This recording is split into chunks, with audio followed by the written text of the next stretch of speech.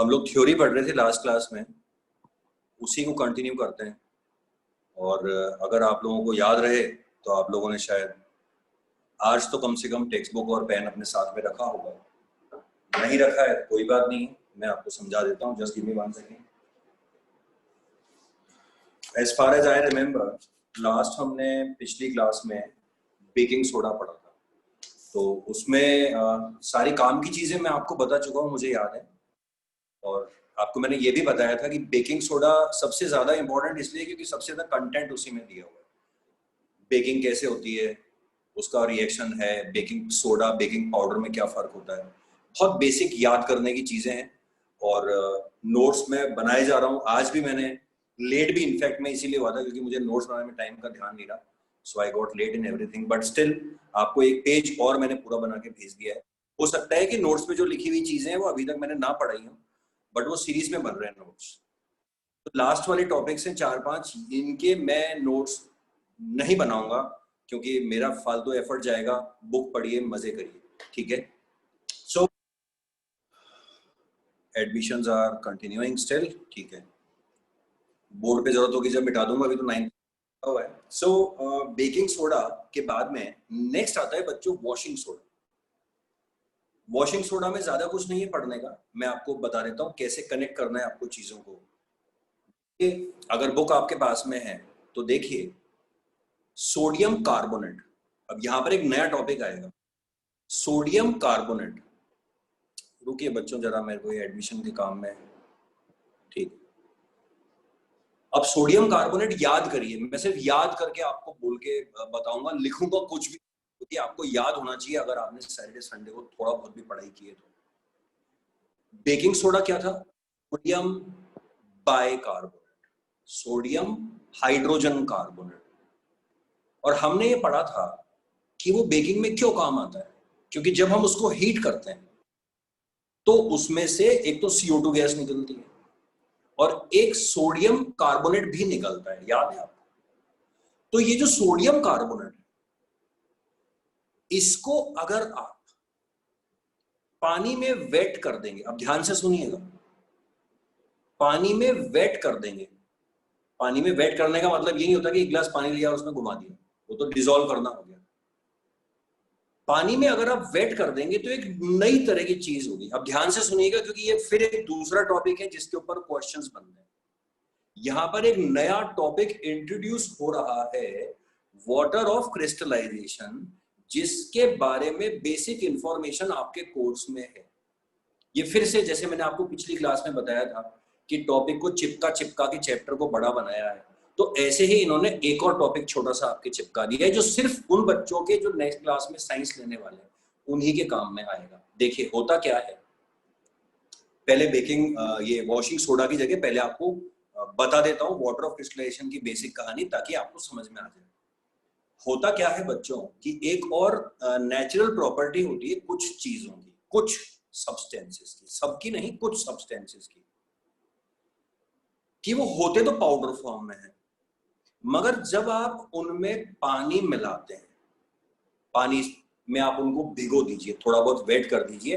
Exactly कितना कम कितना ज्यादा पानी है वो अगेन लैब के अंदर आपको समझ में आएगा, अभी आपको क्वांटिटी से कोई मतलब नहीं, पर उसको वेट करते हैं। तो होता क्या है कि जो पाउडर पड़ा होता है जिसमें आपने उस पानी को मिलाया, उसको आप लगा के थोड़ी देर के लिए, तो आप देखेंगे कि कुछ समय बाद में वो क्रिस्टल फॉर्म में आ जाएगा। क्रिस्टल्स आप इमेजिन कर लीजिए, क्रिस्टल्स आपने कैसे भी कभी भी देखे हो, हालांकि हर क्रिस्टल का कलर अलग होता है, बट क्रिस्टल ग्लासी टाइप का जो फॉर्म होता है, तो छोटे छोटे दाने।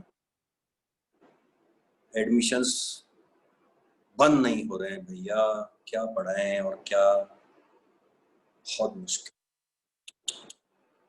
It's very frustrating. तो आप पहले आपको वॉशिंग सोडा ही समझा देता हूँ क्योंकि ये जो आने वाले हैं वो वैसे भी कुछ समझ में आने वाला है, ठीक है। जस्ट गिव मी, आप लोग जब तक जरा बुक देखिए, बुक में रिएक्शन लिखा हुआ,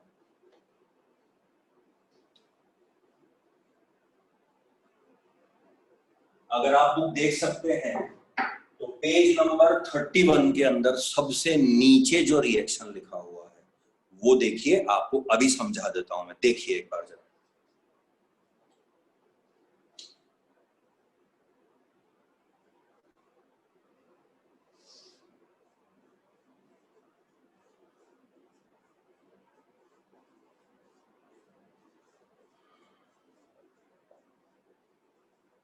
देखिए सबसे नीचे ये रिएक्शन लिखा हुआ है, बस इसको मुझे एक्सप्लेन करना है just for the curiosity of some people, otherwise तो आप इसको याद कर लेंगे तो काम चल जाएगा।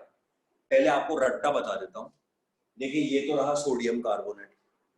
आपसे कोई गलती से पूछता है कि ये कहाँ से आया, तो आप बता दीजिए कि हमारे पास में बेकिंग सोडा था, उसको हमने गर्म कर लिया, जो कि ऊपर रिएक्शन लिखा हुआ था कि जब बेकिंग सोडा को गर्म करते हैं तो उसमें से सोडियम कार्बोनेट और CO2 निकलती है, ऐसे समझ लीजिए आप। तो सोडियम कार्बोनेट वैसे भी अवेलेबल होता ही होता है। अब सोडियम कार्बोनेट में जब आप पानी को मिलाते हैं, देखिए तो ये नई तरह की चीज बनी है, फॉर्मूला भी नए तरह का है। देखिए फॉर्मूले में बीच में कभी भी आपने कोई भी नंबर लिखा हुआ पहले नहीं देखा होगा, क्योंकि हमें शुरू से ही केमिस्ट्री में यह बताया जाता है कि देखिए कंपाउंड में नंबर ऑफ एटम्स जितने भी होते हैं वो उसके बॉटम में लिखे जाते हैं। यहाँ इवन जब हम बैलेंसिंग करते थे फर्स्ट चैप्टर के अंदर, तो यहाँ पर कुछ भी लिखना अलाउड नहीं था कि यहाँ लिख दीजिए, क्योंकि यहाँ लिखने का मतलब होता है अगर आपने 2 लिख दिया तो ये है सोडियम कार्बोनेट का एक मॉलिक्यूल, यहाँ 2 लिख दिया तो हो गए थे सोडियम कार्बोनेट के 2 मॉलिक्यूल, जिसको हम बैलेंसिंग करते वक्त ऐसे पढ़ते थे कि सोडियम के कितने हैं, यहाँ 2 लिखा है तो 2 2 जा 4, कार्बन के नीचे 1 लिखा है तो 2 1 जा 2, ऑक्सीजन के नीचे 3 लिखा है तो 2 3 जा 6। फर्स्ट चैप्टर पढ़ाई होगा आप लोगों ने। तो ये जो नई चीज है देखिए डॉट लगा के लिखी हुई है, डॉट 10H2, ये आपने पहली बार देखी। तो इसको बहुत ही अगले पेज के ऊपर बहुत ही बेसिक उसमें समझाया गया है कि ये क्या है। सबसे पहले तो आप ये देख लीजिए कि ये जो कंपाउंड बना, this is basically washing soda. Sorry एक मिनट रुकिए जरा।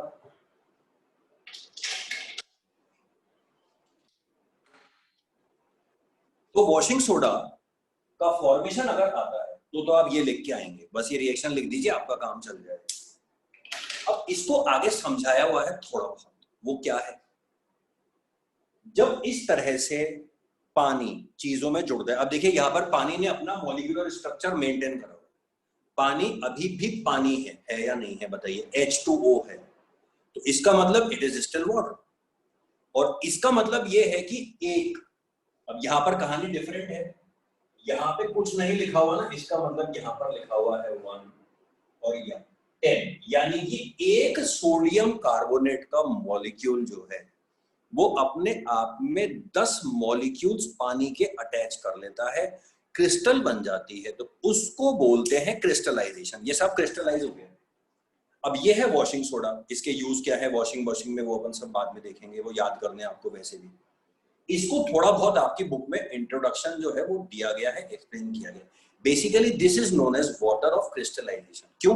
क्योंकि क्रिस्टलाइजेशन हो रहा है, ये पाउडर था, ये क्रिस्टल है, तो इसको क्रिस्टल बनाने में जो पानी जुड़ता है ये वाला, ये कहलाता है water of crystallization. The number of total molecules joined in one molecule of this compound is known as the water of crystallization। और इसलिए क्या होता है, क्रिस्टलाइजेशन की फॉर्म में, क्रिस्टल की फॉर्म में आ जाता है। अब आप जब आगे की क्लासेस में पढ़ेंगे, इसको खूब डिटेल में पढ़ेंगे, तब आपको पढ़ाया जाएगा कि इसको दोबारा से गर्म करते हैं तो इसमें पानी उड़ जाता है, ये दोबारा से पाउडर बन जाता है, डीक्रिस्टलाइजेशन। फिर उसमें पानी भिगो दीजिए, वो वापस से क्रिस्टल बन जाएगा। तो क्रिस्टलाइजेशन और डीक्रिस्टलाइजेशन चलता रहता है।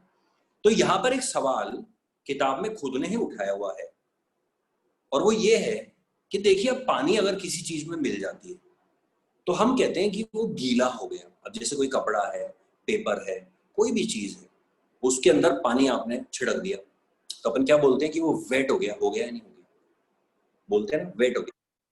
तो यहां पर एक सवाल उठाया गया है कि जब वाटर ऑफ क्रिस्टलाइजेशन जोड़ता है किसी चीज के अंदर, तो इज इट वेट और इज इट ड्राई? तो देखिए इसके दोनों ही जवाब हैं।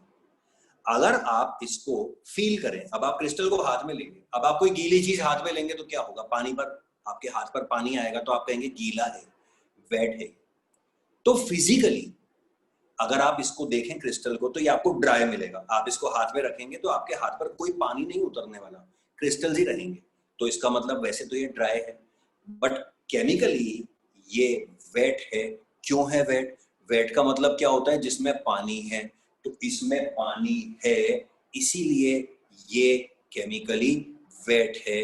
This crystal, any crystal contains water in it, और वो भी अपने एक्चुअल मॉलिक्यूलर फॉर्मूला जो होता है, केमिकल जो फॉर्मूला होता है पानी का, उसी फॉर्म में, मतलब ये इसमें पानी है। और उसको एक्सपेरिमेंट में नीचे एक छोटी सी एक्टिविटी अभी देखते हैं, उसमें समझाया गया है कि अगर आप इसको गर्म, इसको या और भी जो चीजें हैं जिनमें वाटर ऑफ क्रिस्टलाइजेशन जोड़ता है, उसको आप पानी टेस्ट ट्यूब में ले, हल्का सा गर्म करें। अब पानी तो होगा, अगर पानी नहीं होगा तो क्या होगा, कुछ नहीं होगा। लेकिन आप देखेंगे कि उसमें जो पानी है वो जब उड़ा तो वो उड़ के आपके वेपर्स के फॉर्म के अंदर चारों ओर टेस्ट ट्यूब में जम जाएगा। तो this shows that it had actual water molecules in it and this is known as water of crystallization। और इसी के साथ साथ कुछ और एक दो एग्जांपल्स किताब के अंदर, वही फेविकॉल लगा लगा के, पहले सॉल्ट का फेविकॉल लगाया, फिर कॉमन सॉल्ट आया, फिर कुछ और आया, और फिर उसमें चिपका के आपको ये समझा दिया। वॉशिंग सोडा आ गया, फिर वॉशिंग सोडा में वाटर ऑफ क्रिस्टलाइजेशन आ गया तो वो समझा दिया, फिर वाटर ऑफ क्रिस्टलाइजेशन आ गया तो जबरदस्ती एक और ऐसी चीज समझा दी जिसमें वाटर ऑफ क्रिस्टलाइजेशन है, जिसको कहते हैं प्लास्टर ऑफ पेरिस। कुल मिला के आपको ये सब चीजें याद करनी ही पड़ेंगी, ठीक है। अब टेक्स्ट बुक जरा रेडी रखिए। तो वॉशिंग सोडा आप पढ़ेंगे तो वॉशिंग सोडा के अंदर आपको कुछ भी पढ़ने को नहीं मिलेगा, खाली इसका केमिकल फॉर्मूला, केमिकल नेम भी आप देख लीजिए, अगर पूरा लिखा हो तो ही याद करिएगा, नहीं लिखा है तो मैं आपको, नहीं लिखा हुआ नहीं है, आप इसको बोलेंगे सोडियम कार्बोनेट डेकाहाइड्रेट। कार्बोनेट, अभी पीछे देख लेते हैं लिखा या नहीं लिखा, डेकाहाइड्रेट। और अगर नहीं लिखा हुआ है तो फिर आपसे कोई पूछेगा भी नहीं, तो ये याद कर लीजिएगा, नहीं लिखा हुआ है पीछे कहीं पर भी। चलिए तो नेक्स्ट पेज पर आते हैं। अब यहां पर वो सवाल पूछा गया है जो मैं आपको ऑलरेडी समझा चुका हूं कि does it make Na2CO3 wait, क्या ये इसको गीला कर देता है, और उसका जवाब नीचे एक्टिविटी के अंदर समझाया गया है। यूजेस बीच में लिखे हुए हैं बच्चों, मैं उसमें बिल्कुल नहीं जाऊंगा। ग्लास, सोप, याद करना है आपको कि सोडियम कार्बोनेट जो है यानी कि वॉशिंग सोडा जो है वो ग्लास बनाने में कहीं ना कहीं पर काम में आता है, सोप बनाने में कहीं ना कहीं पर काम में आता है, पेपर की इंडस्ट्रीज में भी उसका कोई ना कोई रोल होता है, जैसे आपने देखा था बेकिंग उसका भी था, ब्लीचिंग पाउडर का भी था। तो ये काफी कॉम्प्लेक्स प्रोसेसेस होते हैं, तो इसमें किसी ना किसी स्टेप के ऊपर सोडियम कार्बोनेट भी काम में आता है, ये आपको याद करना है। फिर एक दो यूजेस और लिखे हैं, वो आप अपने आप ही याद कर लेंगे तो मैं मेरा काम हल्का हो जाएगा। उसके बाद में नेक्स्ट जो मेन क्वेश्चन उठाया गया है वो भी मैं आपको समझा चुका हूँ। Are the crystals of salts really dry? Really dry का मतलब you think they are dry, when you touch them they feel dry, they do not leave water on the surface of your hands, that means they seem to be dry, but are they really dry? तो उसका जवाब activity में दिया हुआ है। अब आपको क्या करना है कि किताब में जिन जिन के भी नाम दिए हुए हैं, एक मिनट देवांश, उनको आप याद कर लीजिए। जैसे इसमें एक्टिविटी के अंदर नाम दिया हुआ है कॉपर सल्फेट क्रिस्टल्स का, और नीचे फॉर्मूला लिखा हुआ है CuSO4.5H2। तो अब आप देख सकते हैं कि क्रिस्टल्स जितनी भी चीजें बनती हैं उनमें सब में अलग अलग मॉलिक्यूल्स होते हैं। उसमें जैसे आपके 10 हैं, उसमें 5 हैं, फिर नीचे आप पढ़ेंगे प्लास्टर ऑफ पेरिस और जिप्सम पढ़ेंगे तो उनके अंदर कुछ और हैं जो अभी मैं आपको समझाऊंगा। और एक्टिविटी एक बार और देख लीजिए, ये कहता है आप कॉपर सल्फेट के क्रिस्टल्स जो हैं वो आप गर्म करिए तो आपको पानी जो है वो दिखाई दे जाएगा। और कॉपर सल्फेट का बड़ा कॉमन कलर आपको पता ही है, ब्लू कलर के क्रिस्टल्स होते हैं, तो जब आप उनको गर्म करेंगे तो ब्लू कलर गायब हो जाएगा क्योंकि वो क्रिस्टल्स का फॉर्म होता है, पाउडर बन जाएगा। और दोबारा से आप उस पाउडर को किसी चाइना डिश में निकाल के और उसमें आप फिर से पानी छिड़क के छोड़ दीजिए तो दोबारा से वो क्रिस्टल्स बन जाएंगे। तो बहुत बेसिक इन्फॉर्मेशन है। अब बोलो देवांश फटाफट। सर जो यूजेस ऑफ वॉशिंग सोडा है उसमें फोर्थ पॉइंट है, it is used for removing permanent hardness of water. तो सर इसका एक बार मतलब समझा दो। परमानेंट हार्डनेस बेटा आपको सॉफ्ट वाटर और हार्ड वाटर पता है? Sir hard water D2O। देखो ऐसा है, वैसे तो देख देवांश ये याद ही करना है क्योंकि ये तो टॉपिक है ही नहीं कि कैसे रिमूव होता है, मैं जनरल आइडिया दे देता हूँ। हार्ड वाटर और सॉफ्ट वाटर बेसिकली फर्क ये होता है कि सॉल्ट्स जो होते हैं, नेचुरल सॉल्ट्स जो पानी के अंदर होते हैं, वो जब पानी में बहुत ज्यादा होते हैं, नेचुरली पानी में सॉल्ट्स होते ही होते हैं, जो पानी अपन पीते हैं, जो अपन घर में यूज करते हैं, जहां पर पानी में सॉल्ट्स की मात्रा बहुत ज्यादा होती है ना, कैल्शियम के सॉल्ट्स होते हैं, मैग्नीशियम के सॉल्ट्स होते हैं, वो हार्ड वाटर कहलाता है। तो हार्ड वाटर के अंदर क्या होता है, कई परेशानियां होती हैं। हार्ड वाटर हमारे लिए भी ज्यादा ठीक नहीं होता है, वॉशिंग नहीं होती है, सोप काम नहीं करते हैं, क्लीनिंग नहीं होती है, क्योंकि वो साबुन को, सोप को अपना काम करने से रोक देता है, तो वो कहलाती है हार्डनेस ऑफ वाटर। तो उसको हटाने के अंदर इसका वॉशिंग सोडा का इस्तेमाल होता है। ये चीज लिखी हुई है, परमानेंट हार्डनेस ऑफ वाटर का मतलब पानी की जो हार्डनेस है, यानी जो उसमें सॉल्ट्स की मात्रा ज्यादा है, तो वो उसको हटाने के लिए उसमें इसका काम होता है। ठीक है बेटा। सर तो जो सी वाटर होता है हम उसको हार्ड वाटर कह सकते हैं? सी वाटर तो हाँ हार्ड वाटर कह सकते हो, लेकिन हार्ड वाटर यूजुअली अपन जो अदर देन सी वाटर होता है ना, जिसको अपन रेन वाटर, नेचुरल वाटर जो अपना अलग से आता है ना, क्योंकि इसके लिए अलग से कोई वर्ड नहीं है, मैं जनरल कैटेगराइजेशन बता रहा हूँ कि पानी जो समुंदर का होता है वो तो क्या बहुत ही ज्यादा हार्ड होता है, उसमें तो लिमिटलेस जो है वो सॉल्ट की मात्रा होती है, तो it is too much hard. लेकिन अपन सॉफ्ट वाटर और हार्ड वाटर बोलते हैं, तो वो यूजुअली अपन जनरली तभी बात करते हैं कि जब कोई नेचुरल अदर देन सी या ओशन वाटर के बारे में बात होगी, तो उसमें से अगर पानी के अंदर सॉल्ट की मात्रा बहुत ज्यादा होती है, तब अपन उसको अपन हार्ड वाटर बोलते हैं, बाकी आप सी वाटर कह सकते हैं। ठीक है देवांश। Okay sir. सो मतलब इसके लिए एग्जैक्ट सी वाटर के अंदर हार्डनेस ठीक है, और मैं और एक बार और इस पॉइंट को तेरे को और डबल चेक करके बता दूंगा। बाकी सॉफ्ट वाटर हार्ड वाटर तो अपन जनरली बात करते हैं जब नॉर्मल जो सोर्स होता है पानी का, उसमें जब सॉल्ट की मात्रा कम ज्यादा होती है, जैसे अपन जो बोरिंग वोरिंग का पानी निकालते हैं, उसमें क्या होता है, सॉल्ट्स और ये सब बहुत ज्यादा होते हैं, उसके लिए अपन बोलते हैं हार्ड वाटर, फिर अपन उसको रिमूव करते हैं।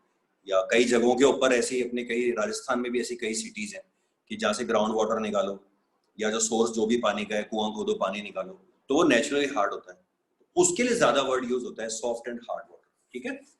सो अब आप इसको रीड करेंगे तो आपको बड़े आराम से समझ में आ जाएगा कि कॉपर सल्फेट क्रिस्टल्स जो है वो मैंने आपको बता दिया, गर्म करते हैं तो उसमें से पानी उड़ जाता है, उसका कलर चेंज हो जाता है, वो पाउडर फॉर्म में आ जाता है, दोबारा से मॉइस्चन करो, पानी डालो तो फिर से कलर चेंज हो जाता है।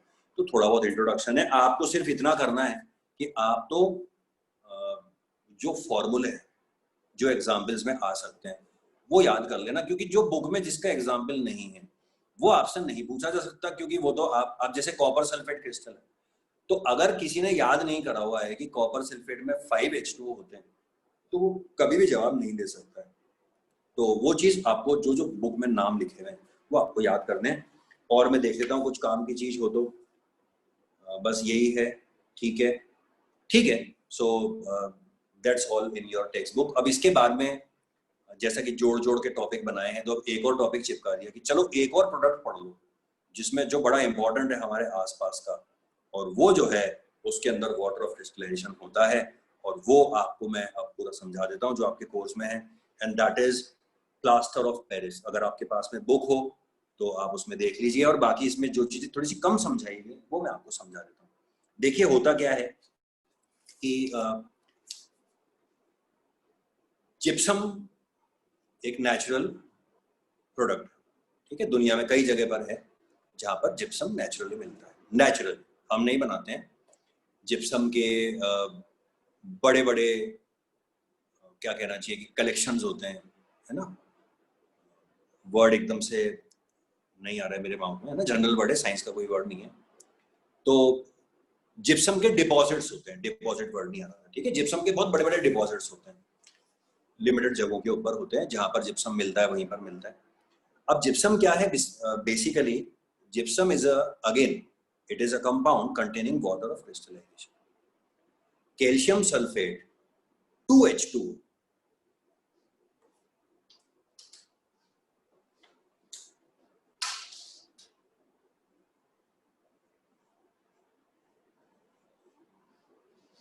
इसमें वाटर ऑफ क्रिस्टलाइजेशन कितना है, 2H2। लेकिन इसका, अब आप कहेंगे सर ये तो वैसा तो नहीं होता चमकता हुआ क्रिस्टल जैसा, देखिए नेचुरल चीजें होती हैं, कोई ऐसा कोई रूल रिटन नहीं है कि पानी वाटर ऑफ क्रिस्टलाइजेशन है तो जो मैंने बताया वो वैसा का वैसा ही होगा कि आपने गर्म किया तो पूरा इधर और पानी मिलाया तो पूरा इधर, ऐसा हमेशा नहीं होता है। जिप्सम क्या है, नेचुरली अकरिंग एक प्रोडक्ट है, और इसकी एक खास बात यह है कि जब आप इसको गर्म करते हैं, अब नॉर्मली आप अगर किसी और को, जैसे सोडियम कार्बोनेट अपने वॉशिंग सोडा को आप गर्म करेंगे तो उसमें से 10 के 10 पानी के मॉलिक्यूल उड़ जाएंगे, फिर आप मिलाएंगे तो 10 वापस हो जाएंगे। तो इसमें बड़ा यूनिक प्रोसेस होता है कि इसको जब एक पर्टिकुलर टेम्परेचर पे गर्म किया जाता है, इसको पहले फैक्ट्रीज में ले जाया जाता है, इसको एक पर्टिकुलर टेम्परेचर पे गर्म किया जाता है, वो आपकी किताब में लिखा होगा, है ना, इट शुड बी 273 और 373।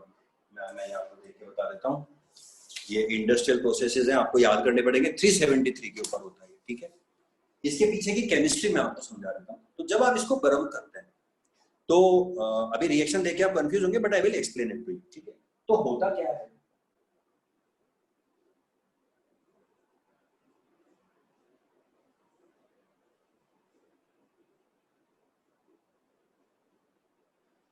जो दो पानी के मॉलिक्यूल, बाकियों में क्या होता है कि सारे पानी के मॉलिक्यूल उड़ जाते हैं, ठीक है, बाकियों में। इसमें क्या होता है कि जब आप इसको 373 के ऊपर गर्म करते हैं, सीवियरली गर्म करते हैं, तो इसमें से एक तो ये प्रोडक्ट निकलता है, जिसको मैं आपको भी एक्सप्लेन करूंगा, तसल्ली रखिएगा। आपके मन में सवाल होगा आधा क्या है, डेढ़ क्या है, मैं बताऊंगा, तसल्ली रखिए। पहले एक बार जो किताब की कहानी है वो सुन लीजिए, ठीक।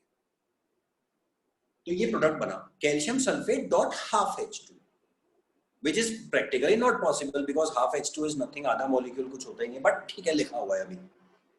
तो एक तो ये प्रोडक्ट बनता है और एक 1.5 मॉलिक्यूल पानी का इससे सेपरेट हो जाता है। तो ये जो प्रोडक्ट बनता है ये तो है जिप्सम, और ये है पीओपी, प्लास्टर ऑफ पेरिस।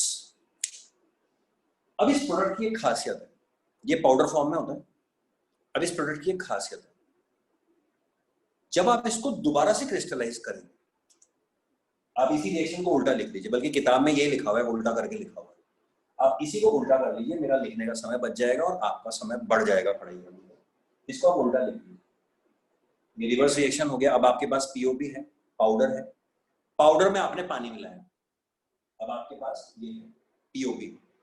फिर से सुनिए, जिप्सम है, फैक्ट्री में ले गए, सॉलिड फॉर्म में होता है, ऐसे बड़े बड़े जिप्सम की फोटो आप गूगल पे डाल के देख लीजिएगा, किताब में नहीं है, आपको दिख जाएगा, व्हाइट कलर के ऐसे बड़े बड़े पहाड़ टाइप के दिखेंगे। तो वो सारा जिप्सम उठा के लाते हैं, गर्म करते हैं पर्टिकुलर टेम्परेचर पे, और कुछ पीओपी बनाने के लिए छोटा मोटा कुछ एडिटिव वगैरह मिलाते होंगे, तो वो फैक्ट्री में ही पता होता है, वो जनरल उसमें नहीं आता। बट केमिस्ट्री के हिसाब से जिप्सम से पीओपी बनता है। तो ये प्लास्टर ऑफ पेरिस जो है वो ये कहलाता है। अब ये आपके पास में आ गया, आप चाहें तो मैं इसको दोबारा लिख देता हूँ, ये आपके पास में पीओपी आ गया। अब आप क्या करेंगे, आप इसमें पानी मिलाएंगे, तो फॉर्मूला तो आपको दिख रहा है हाफ H2, तो दोबारा से ये अपना 1.5 H2 लेके फिर से जिप्सम बना लेगा। इसलिए मैंने कहा था इस रिएक्शन को ये उल्टा लिख लेना, जिप्सम से पीओपी ये है और पीओपी में फिर से पानी मिला दो तो जिप्सम ये बन गया। तो इसकी खास प्रॉपर्टी क्या है जिसकी वजह से हम इसको पढ़ाई कर रहे हैं, हमारी लाइफ में इसका यूज क्या है, इसकी एक खास प्रॉपर्टी होती है कि जब ये दोबारा पाउडर से जिप्सम बनता है तो आप इसको जिस भी शेप में छोड़ते हैं ये उसी शेप के अंदर सेटल हो जाता है, जो कि प्रॉपर्टी होती है सीमेंट की। Cement is also a powder, आपको पता है, पहले मैंने आपको बताया था बहुत पहले कोर्स में, सीमेंट के भी इंग्रेडिएंट्स आपके कोर्स में थे कि सीमेंट कैसे बनता है। तो वो जो सीमेंट की प्रॉपर्टी होती है वो सेम इसकी होती है। सीमेंट और पीओपी में दोनों में एक ही चीज कॉमन होती है, और वो क्या होती है कि आप इनमें पानी मिलाइए और छोड़ दीजिए, तो थोड़ी देर में सॉलिड हो जाएंगे। पाउडर से क्या बन जाएंगे, सॉलिड, सीमेंट भी बन जाएगा, पीओपी भी सॉलिड बन जाएगा। तो आप जिस शेप में छोड़ेंगे ना ये उसी शेप में जम जाएंगे। बस जो फर्क होता है, क्योंकि चीजें अलग अलग है, कंपाउंड अलग अलग है, cement is not a single compound, it is a mixture. Cement की एक खास बात यह है कि जब वो अपना शेप लेगा तो वो शेप तो जैसा आप छोड़ोगे वैसा का वैसा ले लेगा, लेकिन वो अपनी हार्डनेस के लिए फेमस है। वो हार्ड हो जाएगा और वो इतना स्ट्रांग हो जाएगा कि फिर वो जो शेप ले लेगा वो आपसे तोड़ने से नहीं तोड़ने वाला। ये तो सीमेंट की प्रॉपर्टी होगी, तो उसको तो अपन अलग काम में लेते हैं, अपने कोर्स में नहीं है, बाकी तो आप जानते ही सीमेंट की इस प्रॉपर्टी की वजह से क्या करते हैं, सीमेंट लाते हैं पाउडर फॉर्म में, पानी मिलाया, जहाँ चिपकाना है वहाँ चिपकाया, छोड़ दिया। छोड़ने के बाद में क्या होता है, जिस शेप में ले उसी शेप के अंदर जम जाता है। घर की छतें डल जाती हैं, बिल्डिंगें की बिल्डिंगें बन जाती हैं मजबूती के लिए।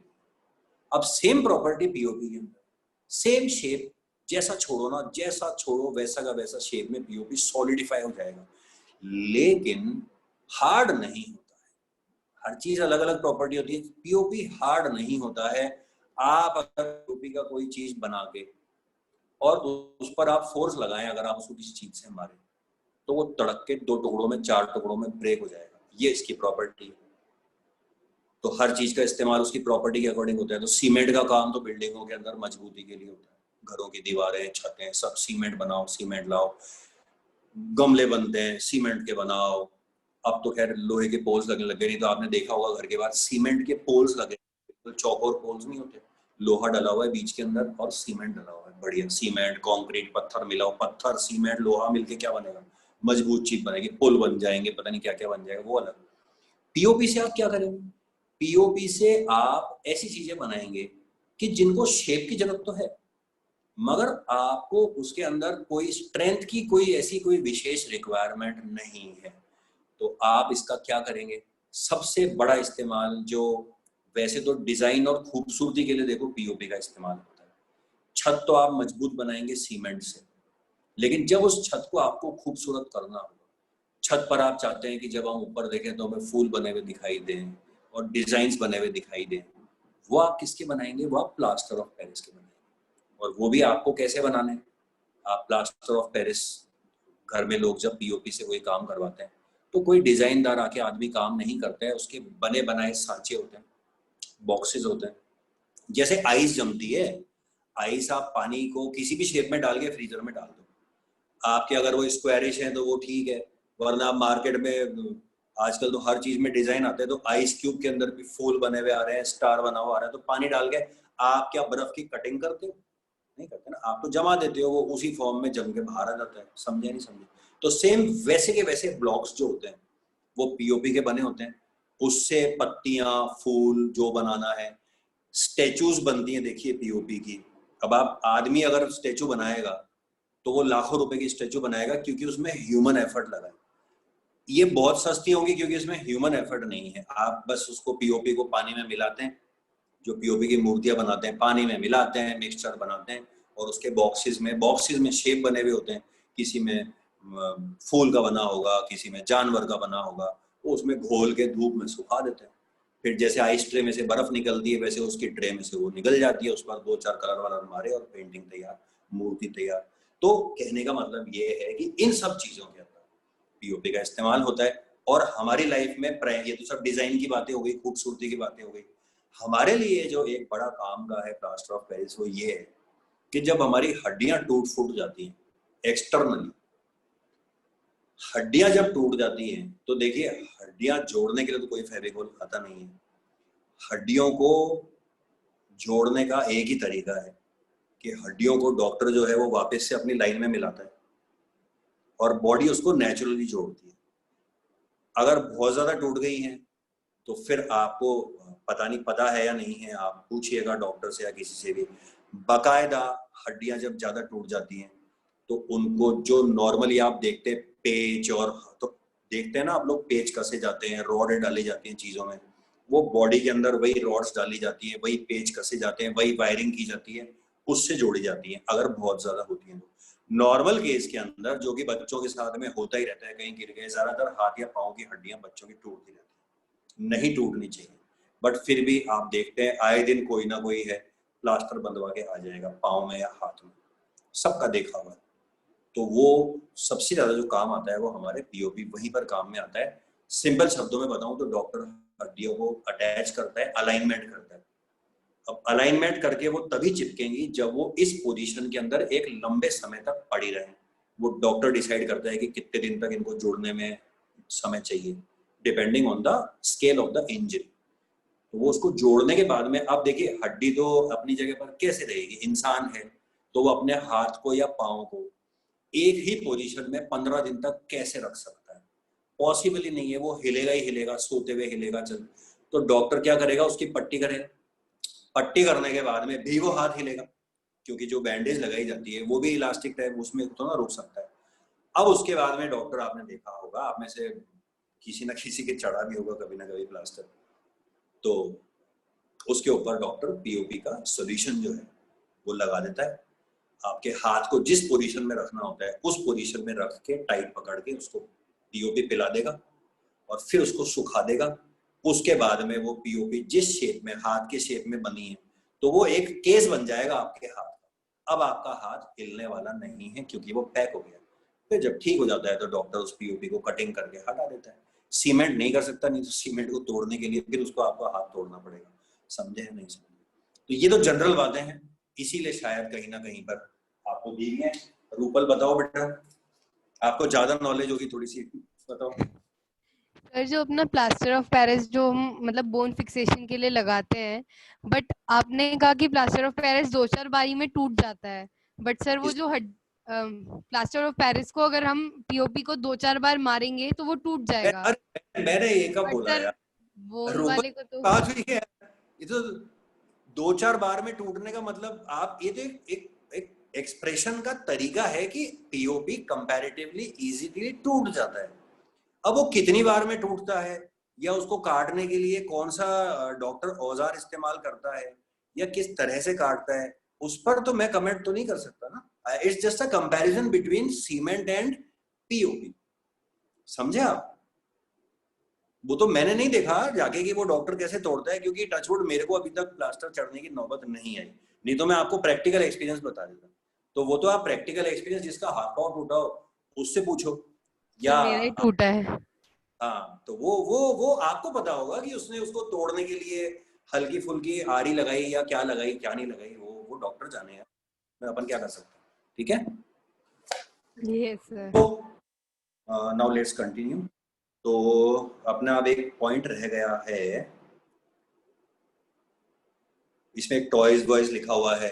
एक आप कहेंगे सर ये क्यों लिखा हुआ है कि फॉर मेकिंग सरफेसेस स्मूथ, वो भी मैं आपको बता देता हूँ। पीओपी सीमेंट को स्मूथ करने में प्रॉब्लम आती है क्योंकि बड़ी जल्दी जम जाता है, तो जो छतों के ऊपर उसको स्मूथ बनाना है, फिनिशिंग दे, तो वो पीओपी को लगा के, और जो पीओपी काम करने वाले होते हैं, वर्कर्स होते हैं, वो उसको अपने इंस्ट्रूमेंट से बिल्कुल स्मूथ फिनिशिंग दे देते हैं और उसके ऊपर फिर कोई भी पेंट करते हैं तो वो भी बड़ा स्मूथ एक फिनिशिंग देता है, उसमें काम में आता है। और थोड़ा बहुत इसमें ये लिखा हुआ है कि how can you get half a water of crystallization. नीचे जवाब में भी एक लाइन लिखी हुई है, उसको मैं आपको समझा देता हूँ डिटेल में यहाँ पे। It is written in this form because two formula unit share one molecule of water. तो वैसे तो ये सफिशिएंट है, बट समझ में नहीं आएगा आपके, तो मैं आपको समझा देता हूँ। देखिए क्या चक्कर है कि यहाँ से दिखा देता हूँ आपको।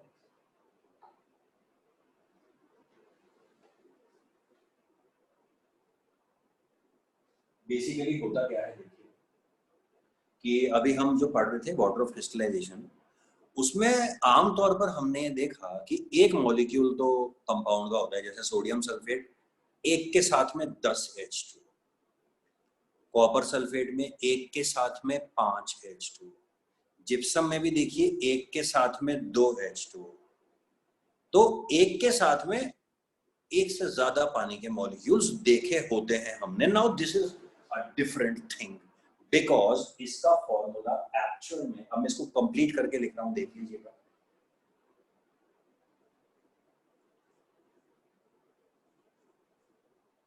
अभी समझा रहा हूं पूरा। बेसिकली यहाँ पर इसका जो पीओपी का फॉर्मूला होता है वो होता है 2 कैल्शियम सल्फेट के साथ एक पानी का मॉलिक्यूल। आप इसको ऐसे देख सकते हैं, एक कैल्शियम सल्फेट, एक कैल्शियम सल्फेट और एक पानी का मॉलिक्यूल।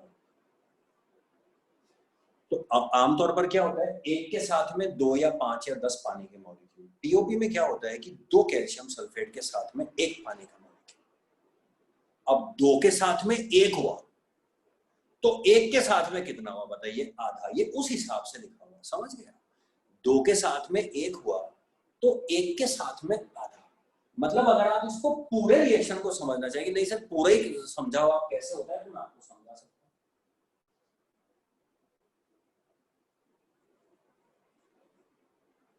2 कैल्शियम सल्फेट के साथ एक H2, और ये 1.5 नहीं होता है, ये होता है 3 H2 और आप यहां से समझ लीजिए।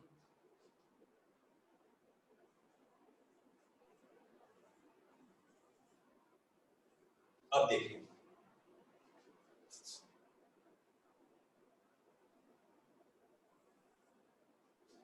जिप्सम ही है, मैंने केमिकल फॉर्मूला किसी का चेंज नहीं किया, जिप्सम यही है। इसके दो मॉलिक्यूल्स हैं, इन दो मॉलिक्यूल्स के अंदर अगर आप देख पाए तो कैल्शियम सल्फेट के दो, और एक में दो होते हैं तो दो में पानी के कितने हो गए? 4। इन दो और इन एक को मिला के तो बन गया 2 कैल्शियम सल्फेट, 1 H2, और ये 3 पानी के मॉलिक्यूल रहे बाहर। मेरे ख्याल से आपको समझ में आ गया होगा। अब ये अजीब सा रिएक्शन आराम से देख लीजिए पहले एक बार, आप चाहें तो मैं आपको इसकी फोटोग्राफ खींच के भेज सकता हूं, जो आपके स्कूल एग्जाम में किसी काम में नहीं आएगी, बट आपको समझ में आ जाएगा। पता है क्या चक्कर क्या है, ये ऐसे उल्टा क्यों चल रहा है काम? उल्टा इसलिए चल रहा है क्योंकि अपन बैलेंसिंग करते हैं, देखा है आपने? तो बैलेंसिंग के अंदर अपन चीजों के मॉलिक्यूल्स को बढ़ाते ही हैं, आपको उसी की आदत पड़ी हुई है, एम आई राइट? और जो उसकी नॉर्मल इक्वेशन होती है उसको हम बोलते हैं स्केलेटल इक्वेशन। तो स्केलेटल में कम होते हैं, स्केलेटल में कम होते हैं और बैलेंस में ज्यादा होते हैं। यही होता है ना हमेशा, आप देख लो कभी भी स्केलेटल के अंदर एक एक एक एक लिखे होते हैं, लिखे होते हैं ना, एक एक एक एक। फिर हम बैलेंस करने के लिए नंबर ऑफ मॉलिक्यूल बढ़ाते हैं। अब इसमें जो ओरिजिनल रिएक्शन, ये ओरिजिनल रिएक्शन, अब आप बताइए ओरिजिनल रिएक्शन के अंदर पहले ही उल्टा मॉलिक्यूल्स यहां पर पहले से लगे हुए और आ रहे हैं ओरिजिनल इक्वेशन के अंदर, तो ये उल्टा हो रहा है। अगर मैं इसको किसी बच्चे को बिना इसके दिखाना चाहूं स्केलेटल इक्वेशन कि मैं तो खाली रिएक्टेंट और प्रोडक्ट दिखाना चाहता हूं, तो बताइए मुझे उल्टा हर चीज को आधा करना पड़ेगा, नहीं करना पड़ेगा? जबकि मैं हमेशा बैलेंसिंग में ज्यादा करता हूं। बैलेंसिंग में आप खुद याद कर लीजिए, ज्यादा करते हैं आप, 1 नहीं 2, 2 नहीं, या उल्टा है, या इक्वेशन पहले से ही ज्यादा चल रही है ओरिजिनली, और उसको मैं अब कम दिखाऊंगा तो वो ऐसे तो दिखाई देगा। आप बताओ कि नहीं साहब 2 नहीं 1 ही दिखाओ। अब जब 1 ही दिखाओ तो ये आधा हो गया, 2 की जगह 1 हो गया, तो मुझे हर चीज को आधा करना पड़ेगा, बताइए। या 2 के साथ 1 बन रहा था तो मुझे 1 के साथ में आधा दिखाना पड़ेगा, या 3 बन रहे थे मुझे 1.5 दिखाना पड़ेगा, क्योंकि जस्टिफाई तो करना पड़ेगा ना। क्योंकि यहाँ पर कैल्शियम सल्फेट का 2 पानी के मॉलिक्यूल है, अब 2 पानी के मॉलिक्यूल है तो उसमें से आधा यहाँ दिखाऊंगा तो 1.5 यहाँ दिखाऊंगा। इस चक्कर में हम किताब में जो इक्वेशन लिखी होती है, अब आप कहेंगे सर किताब में ये इक्वेशन नहीं लिखी हुई है, तो मैं आपको वो और बता देता हूँ। बच्चों इतना तो खुद दिमाग लगा दो, तुम्हारी किताब में ये रिएक्शन ऐसे लिखा हुआ है कि पीओपी में पानी मिलाते हैं तो जिप्सम बनता है, तुम्हारी किताब में ये वाला रिएक्शन लिखा हुआ है। तो कल को बोले जिप्सम से पीओपी कैसे बनाते हैं, तो किताब वाले रिएक्शन को बेटा उल्टा लिख देना, ये तुम्हारी किताब में राइट हैंड साइड पे लिखा हुआ है, ये तुम्हारी किताब में लेफ्ट हैंड साइड लिखा, क्योंकि ये दोनों रिएक्शन आपको पता है ऐसे हैं। जिप्सम से पीओपी बनाने का ये है और पीओपी से जिप्सम बनाने का ये है। इसकी जरूरत मुझे नहीं लगता है कि आपको पड़ेगी। और इसी के साथ मेरे ख्याल से मैं और चेक कर लेता हूँ, थ्योरी का टॉपिक है इसलिए किताब के हिसाब से देख लेता हूँ कि कहीं कुछ बाकी तो नहीं रहेगा। ठीक है, एक मिनट आप लोग तब तक इसको देख लीजिए, कुछ मेरे ख्याल से डाउट हो तो मेरे से बोल लीजिए। हाँ दिमाग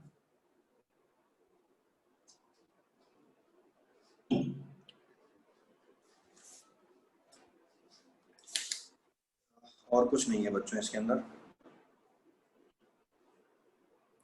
तो एट लास्ट इस चैप्टर की जो थ्योरी वाला पोर्शन है वो हमने खत्म कर दिया है। तो अब अपना जो टॉपिक बचा है वो बचा है एक तो सॉल्ट्स पर थोड़ा सा डिस्कशन करना है, और उसके बाद में अपन रिएक्शंस जो हैं वो पढ़ेंगे। अब अगर आपने आज के नोट्स दिए, अब मैं टॉपिक खत्म कर रहा हूं, now I am coming to salts. Salt तो अगर आपने आज जो मैंने भेजे हैं नोट्स वो देखे हो और किताब देखी हो, क्योंकि कुछ बच्चों ने देखी है मुझे पता है, तो किताब में सॉल्ट पर सिर्फ मेरे ख्याल से 6-7 लाइनें लिखी हुई किताब के अंदर, और 1-2 एक्टिविटीज में बच्चों से उसी हिसाब से सवाल पूछे हुए हैं जो कोई पढ़ता ही नहीं है। तो बेसिकली किताब में आप देखेंगे, मैं आपको चाहो तो दिखा सकता हूँ, हाँ ये बाई चांस यही पेज खुला हुआ है, अगर आप देखें तो किताब में या तो एसिड खत्म हो रहा है, वो ध्यान है एसिड की लिस्ट में ये क्वेश्चन खत्म हो रहे हैं, ये मोर अबाउट सॉल्ट, और ये 2 एक्टिविटीज, ये 4 लाइनें और सॉल्ट खत्म। इसके बाद में वो वाला टॉपिक चालू हो गया महात्मा गांधी वाला, केमिकल फ्रॉम कॉमन सॉल्ट।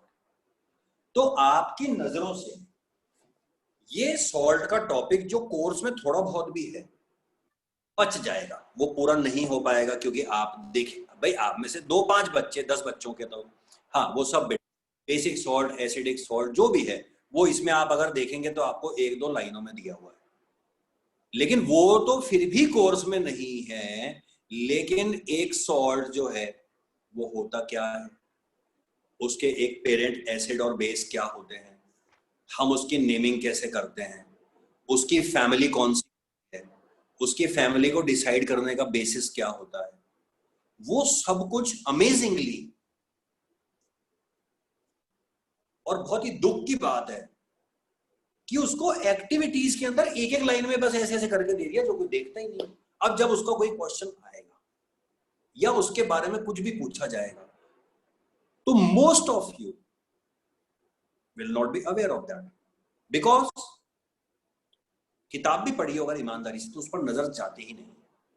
सच बताएं तो जब ये किताब नहीं आई थी तो बहुत समय तक तो हमारी नजर भी नहीं, टीचर की नजर भी नहीं है, हमें लगा कि साहब शॉर्ट कोर्स में डिटेल में दिया हुआ ही नहीं है भी नहीं डिटेल में ज्यादा, लेकिन जो थोड़ा बहुत भी था वो ऐसे छुपा हुआ था। तो अब तक जब मैं वैसे पढ़ाता था क्लास के अंदर तो मैं बच्चों को बोल के लिखवा देता था, अब अभी तो बड़ा मुश्किल है। अभी मुझे पता है मैं अगर ये बोल के लिखवाऊंगा तो 50% बच्चे तो वैसे ही पता नहीं अभी वीडियो गेम खेल रहे होंगे, उनको पता ही नहीं लगेगा सर क्या क्या लिखवा के चले गए। तो इसीलिए आज जो नोट्स बनाए वो आज उनको मैंने अब भेज दिए, मैंने आपको उनको मैंने शॉर्ट्स पे फोकस करा है, और अगर आप उनको पढ़ लेंगे और जैसा मैंने कहा है कि अगर आप उनको लिख लेंगे तो मेरे ख्याल से 10वीं क्लास में शॉर्ट्स के ऊपर ऐसा कोई क्वेश्चन नहीं बन सकता है जिसका आप जवाब ना दे पाए। मैंने सब कुछ डिटेल में लिख दिया क्योंकि आपके कोर्स में वैसे ही ABCD ही है, उससे ज्यादा कुछ भी नहीं है। ठीक है, बोलिए दीमान।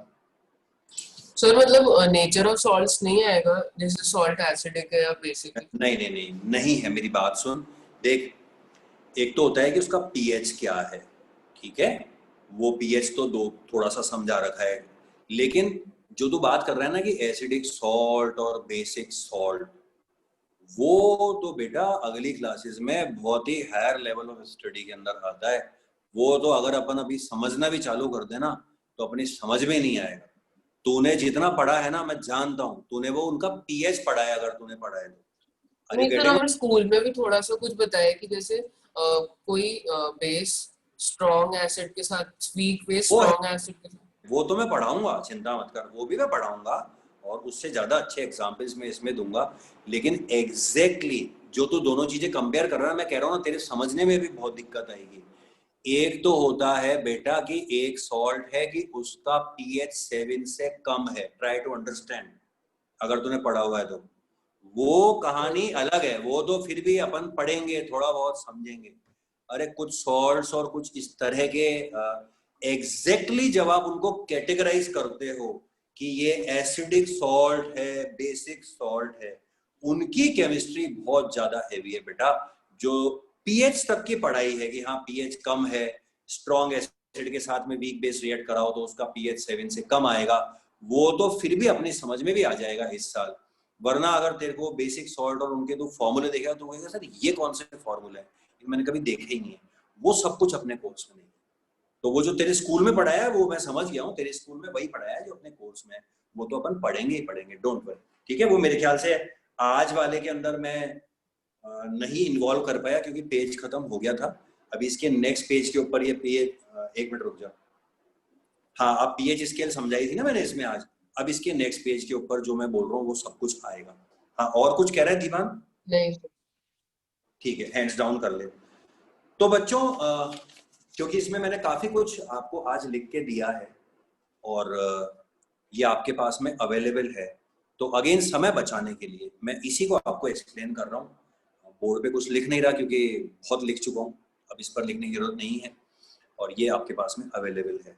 तो इसको आप ढंग से पढ़िए और आप किताब का एक पेज भी शॉर्ट में मत पलटिए, तो भी आपको किताब से 10 गुना ज्यादा ज्ञान जो है वो इसमें मिल जाएगा। और बहुत सिंपल शब्दों में लिखा है मैंने, अगर अभी लेट ही भेजा है लेकिन अगर किसी ने पढ़ा हो और इसको कोई कॉपी करे तो बहुत ही सिंपल शब्दों में ABCD की तरह से मैंने इसको समझाया। सबसे पहले देखिए सॉल्ट क्या होता है।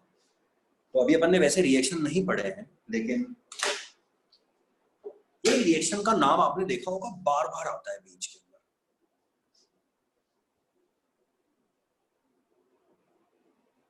And that is neutralisation reaction. आपने देखा होगा बार बार नाम आता है। एक मिनट बच्चों,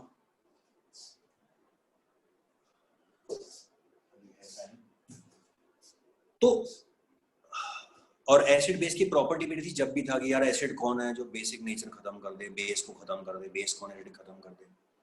तो होता क्या है कि जब आप एक एसिड और एक बेस को रिएक्ट कराते हैं तो उनकी प्रॉपर्टी होती है कि दोनों एक दूसरे के पीछे पड़ जाते हैं, दोनों दूसरे को न्यूट्रलाइज करते हैं। उसको समझाते कैसे हैं देखिए। और एसिड और बेस के रिएक्शन को आपको याद करने की जरूरत नहीं है, आप अपने आप लिख सकते हैं। और जो बच्चे मुझसे पहले पढ़े हैं वो तो एडवांस में लिख सकते हैं, क्योंकि आयनिक कंपाउंड्स में कैसे रिएक्शन होता है मैं आपको बता चुका हूँ। जो बच्चे भी नए भी आए हैं, आयनिक कंपाउंड में क्या होगा, एक कंपाउंड में एक पॉजिटिव होगा एक नेगेटिव होगा, AB। दूसरा कंपाउंड होगा उसमें ये आयनिक कंपाउंड्स हो गए। तो सिंपल सा रिएक्शन होता है जिसको आप फर्स्ट चैप्टर में बोलते हैं डबल डिस्प्लेसमेंट रिएक्शन। इसका पॉजिटिव इसके नेगेटिव के साथ जुड़ जाता है और इसका पॉजिटिव इसके नेगेटिव के साथ जुड़ जाता है। नया जो कंपाउंड बनता है उसका नाम होता है AD, इसका प्लस इसके साथ। और दूसरे का नाम आप जल्दबाजी में BC भी लिख सकते हैं, लेकिन CB ठीक है क्योंकि हमेशा पॉजिटिव पहले लिखा जाता है। और फॉर्मूले बनाना क्यों आसान है, क्योंकि 9th क्लास में आपको सिखाया गया था इसके ऊपर 2 है 1 है तो इसका 1 इसके नीचे, इसका 2 इसके नीचे, इस पर 1 है इस पर 2 है, इसका ये इसके नीचे इसका ये नीचे।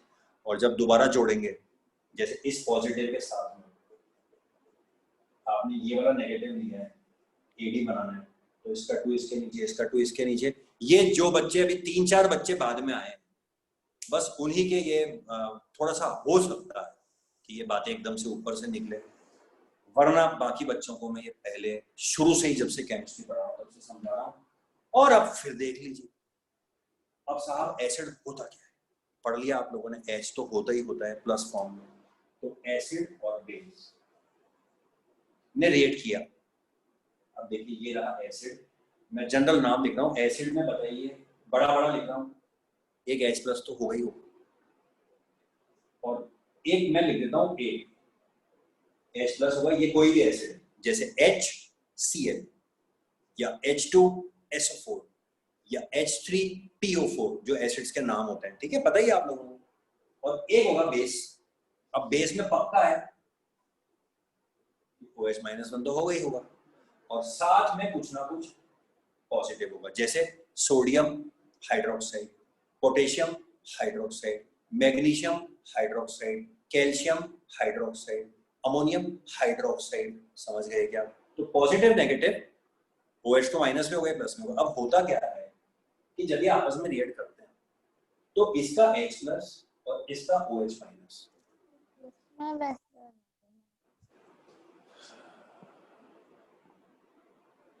आन्या सोनी समझ गई, ठीक है।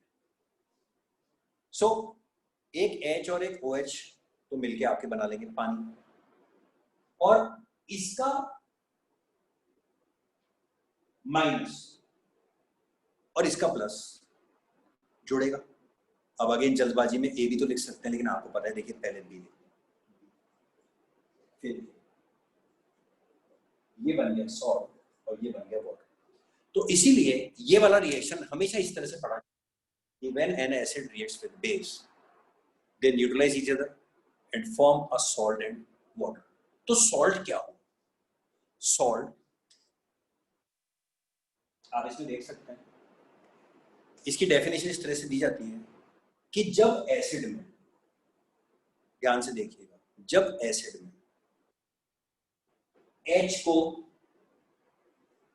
कोई मेटल का आयन रिप्लेस कर दे, ये देखिए ये क्या होता है, मैंने क्या क्या नाम लिए थे, सोडियम, याद कर लीजिएगा, मैं तो समझा रहा हूं, सिंपल डेफिनेशन है सॉल्ट क्या होता है, एसिड में H+ को आयन को रिलीज करके हटा के जब कोई मेटल का आयन जुड़ जाता है तो उसको मेटल सॉल्ट कहते हैं, उसको सॉल्ट कहते हैं। समझे या नहीं समझे? मैं आपको यहाँ समझाने की कोशिश कर रहा हूँ कि एसिड में तो H+ होता है तो आप एसिड कहते ही कहते हैं, लेकिन जब उस H+ को हटा के कोई मेटल आ जाए, मेटल कहाँ से आएगा, बेस में से। जैसे यहाँ नाम क्या ले रहा था मैं, sodium hydroxide, sodium is a metal, potassium hydroxide, calcium hydroxide, copper hydroxide, magnesium hydroxide. आप कहेंगे सर आपने जो पढ़ने वाले बच्चे के सर आपने अमोनियम बोला था, अमोनियम तो कोई मेटल नहीं होता। हाँ तो एक्सेप्शन में मेटल एंड अमोनियम याद कर लेना यार, उसमें क्या होता है, मेटल के अलावा एक अमोनियम और होता है। तो कहने का मतलब है कि किसी भी एसिड में H+ को हटा के रिप्लेस करके मेटल आयन जब जुड़ जाता है एंड अमोनियम आयन एक्सेप्शनली, एक आध एक्सेप्शन अमोनियम जब जुड़ जाता है तो जो कंपाउंड बनता है उसको सॉल्ट कहते हैं। जैसे फॉर एग्जांपल एसिड्स के नाम ले लीजिए। अब आप जब ये पढ़ेंगे तो आपको आराम से समझ में आ जाएगा। जैसे HCl, अब HCl में H को हटा के NaCl, KCl, H2SO4 है, sodium sulphate, potassium sulphate, calcium sulphate, और कुछ ले लीजिए H3PO4 है, कुछ और फॉस्फेट। सबसे वीक एसिड कौन सा था आपका, CH3COH, इसमें H को हटा के सोडियम। ये पढ़ेंगे अपन ऑर्गेनिक केमिस्ट्री में, लेकिन इसके बारे में मैंने अभी से लिख दिया है, इसका नाम उल्टा था सोडियम एसीटेट, ये याद कर लीजिएगा। तो ये सब जो हैं जिसमें एसिड के अंदर बस H, एसिड कौन होता है जिसमें H+ रिलीज होता है, वो H का नाम हटके आपको sodium, potassium, calcium, magnesium, copper, फलाना ये वो अमोनियम जो जुड़ा हुआ मिले एसिड। और आपको पता हो कि सर ये तो एसिड का हिस्सा है। एसिड कौन कौन से, HCl, H2SO4, H2CO3, H3PO4 and जो भी है मैंने लिख के भी दिए हुए हैं आपको। उन सब में HH को हटा के जब sodium, potassium, calcium, magnesium, exclusively NH4, जो भी 9th क्लास में था कंफ्यूज मत, तो ये NH4+, इनके नाम जुड़े हुए मिले वो होते हैं सॉल्ट्स। अब साहब बनते कैसे हैं, बनते तो ऐसे हैं कि जब बनते का जब एक एसिड और बेस का रिएक्शन होता है तो वो बनते हैं। तो सॉल्ट बेसिकली किससे बनता है, एक एसिड से और एक बेस से। तो ये इसके पेरेंट्स कहलाते हैं। समझे या नहीं समझे, पेरेंट्स। तो जैसे NaCl है,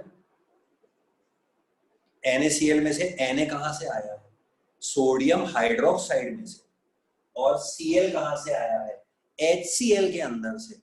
आप कहेंगे सर हम कैसे याद करेंगे, तो बेटा सिर्फ थोड़े से एसिड्स के नाम याद कर लो और बेस कॉमन जो थोड़े बहुत हैं उनके नाम याद कर लो, सारे सॉल्ट उनको ही मिला के बनते हैं। अब Na किससे आएगा रे, NaOH से आएगा, और किससे, Cl किससे आएगा, कौन से एसिड में Cl होता है, HCl ही तो होता है यार, Na2। सर समझ नहीं आ रहा, समझ नहीं आ रहा तो पढ़ाई कर ले। सोडियम तो सोडियम हाइड्रोक्साइड में से आया होगा। अब CO3 कौन से वाले एसिड में से आता है, H2CO3 में से। तुम्हारे कोर्स में है क्या रे, 5 एसिड होंगे, 4 होंगे, 6 होंगे, उससे ज्यादा तो नहीं होंगे ना तुम्हारे कोर्स में, वो भी मैंने लिख के भेज दिए। वो 5-6 एसिड के नाम याद कर लो। CO3, H2CO3 में से आया, SO4, H2SO4 में से आया, Cl, HCl में से आया, समझ गए क्या, PO4, H3PO4 में से आया, NO3, HNO3 में से आया, बाकी तो खत्म हो गए यार। और Na, NaOH में से, K, KOH में से, कैल्शियम, कैल्शियम हाइड्रोक्साइड में से, मैग्नीशियम, मैग्नीशियम हाइड्रोक्साइड। तो अगर पढ़ोगे तो इससे इजी कोई चीज नहीं, सिर्फ 5-5 नाम याद कर लो। कल आपको मैं और इस तरह समझा दूंगा। अभी टाइम ओवर होता जा रहा है, so good bye for today.